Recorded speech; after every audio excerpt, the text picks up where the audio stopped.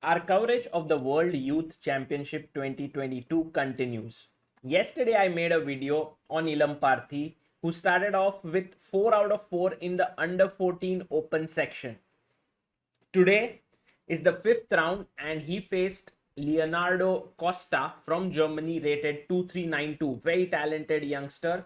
So it was Costa versus Ilamparthi, and let's get cracking. So Costa, playing with the white pieces, opens the game with 1 e4.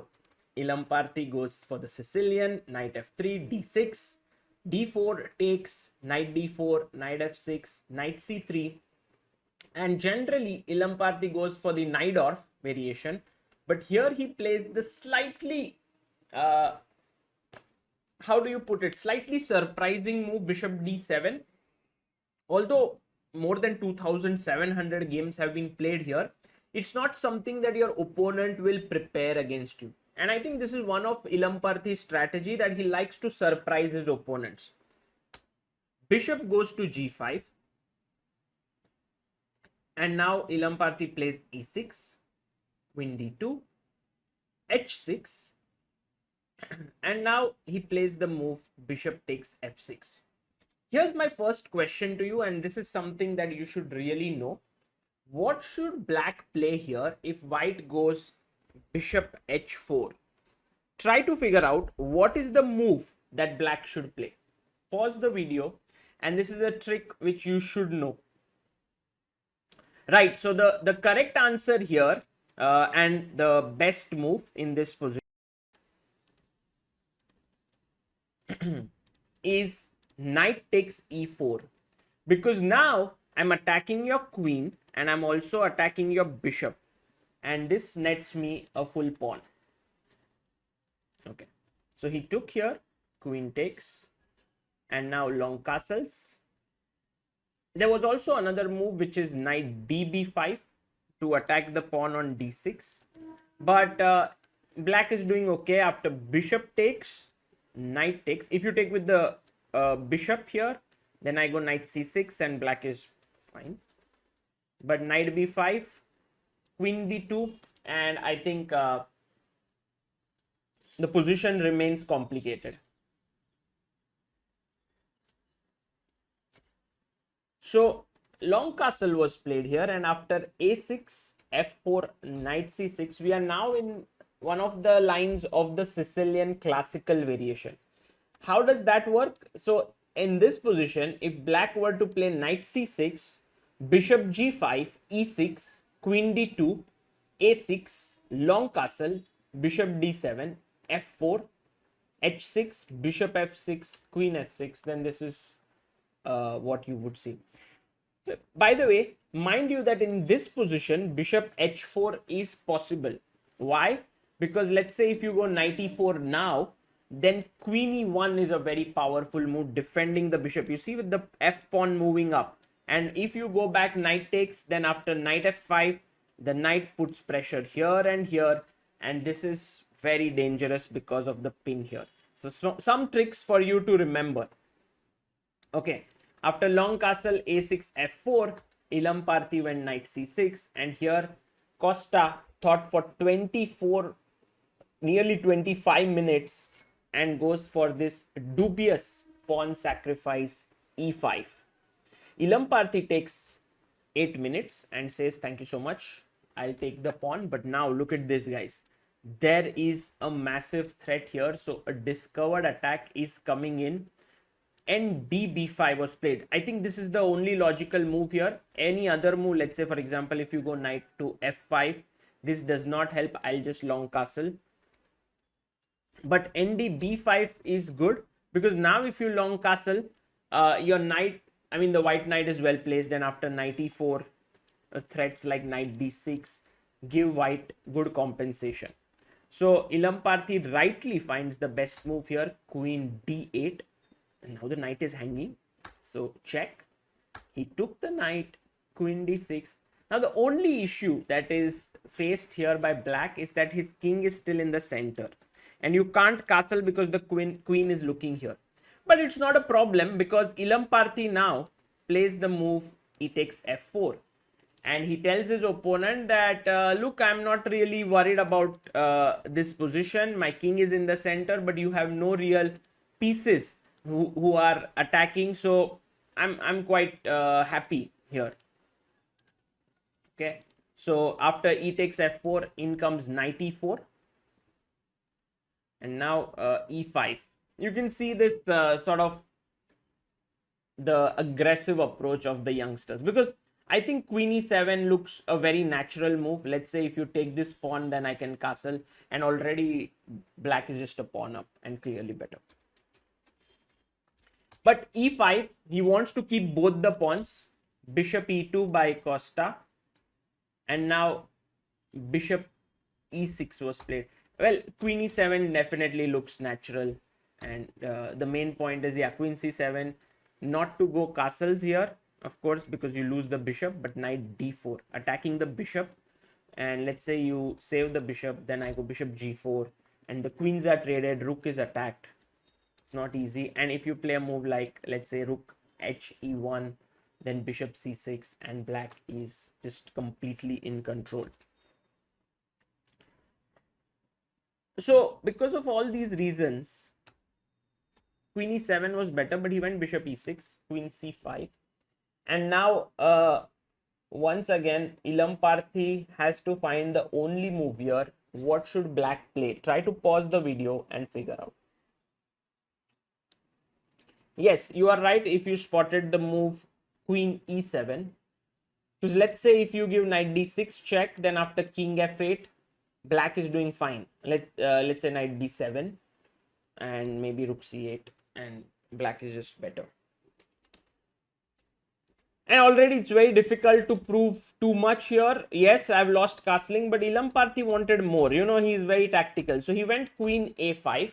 And now for your next question, white to play here. What should Costa have done? So Ilamparthi played queen a5 after 10 minutes, and his opponent now played the next move in 4 minutes 35 seconds. He played bishop f3, which was almost like, you know, he resigned the game, because he's 2 pawns down and he's exchanging the queens. But believe it or not, Costa had a winning move here, and it's a very, very pretty move. Now, notice, first move that should come to your mind is a check. What is Ilamparthi going to do here is the question. The natural thing to do here is to go king e7. Because after, let's say, any discovered attack, I'm going to pick up your queen. And also, if you go knight b5 check, my king is very safe on f6.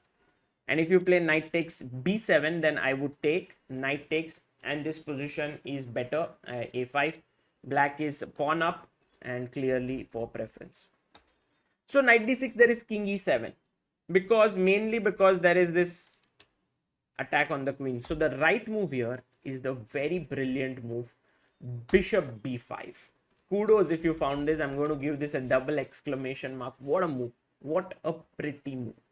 Because now if you take with the queen, I have knight d6 winning your queen. It's a fork. If you take with the if you don't do anything, by the way, you can't castle. If you go rook c8, there is knight d6 check here once again, and also there is bishop takes c6 check winning your queen, so you can't even do that. So the natural move is to take the bishop, but now a check. And now wherever your king goes, here, here, here, here, all I give a check, either a discovered check from the rook or the queen, and I win your queen. So it would have been an epic move if Costa would have found bishop b5. What a beautiful move that would have. Instead, he went bishop f3, but now after queen takes c5, knight takes c5, king e7, Ilamparthi is just in the driver's seat. He converts this pretty flawlessly. Knight b7, knight d4, good move. Take on e5, take on c3, c2, knight f3. Now the rook is attacked here, so you can't win this. If you play rook e6, I would play king e6, king c2, there is h2 hanging, or I would take with the f pawn also. So he went gf, rook h2, knight c5, king f6, rook back, bishop f5, rook comes in, check, king g5. And although you can feel that, okay, materially white might even win back some pawns there, The main point is that the king is very active and these pawns are very, very powerful here. So rook e2 takes, king h3, take on e4, and now rook f2. And in this rook endgame, yes, black has just one extra pawn, but look at this king here. So beautifully placed. Rook here takes on e5, pushes the pawn, and now we have a position where many moves win here, but what is the best technique in this endgame black to play?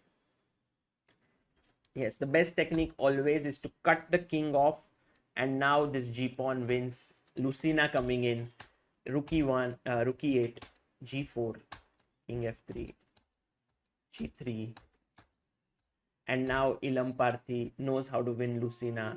He builds the bridge. The idea is now to bring the king out like this from f2 to g3 to g4 and then block with the rook. So rook here, king f3. And now if you give a check, I would come up. If you give a check, I come here. It's a win. But he waited, and then you can just lower the bridge with rook e4. And now this is coming up. So Leonardo Costa resigned. With this, Ilamparthi moves to 5 out of 5 and a very strong start. He's actually the only Indian player on 5 out of 5. Let's have a look at the standings here. So first, we have the under... Yeah, just a second. Yeah, this is the under 14 open, where Ilamparthi is right at the top with 5 out of 5. We also have John Veni Akarakaran at 3.5 on position 19. Then we have under 16 boys, where number 5 and 6 Pranesh is on 4.5. He's actually in joint lead along with Pranav Anand. On 4, who is on he's on 4 points. He's on 6th position. Harshad is on 10th position. So quite a tough fight here. Ritvik Krishnan on number 20. Then we have Soham Kamotra, who won his game and has now moved up to 13th place. We have Mritika Malik on number 7 position in under 14 girls. By the way, Soham Kamotra was under 18 open. This is under 14 girls. Pragnya, Amulya, Guru Prasad, and Anupam Shri Kumar are the Indians here. Tanisha Bora Manikar won her game in the under 16 girls and is moved to 18th position.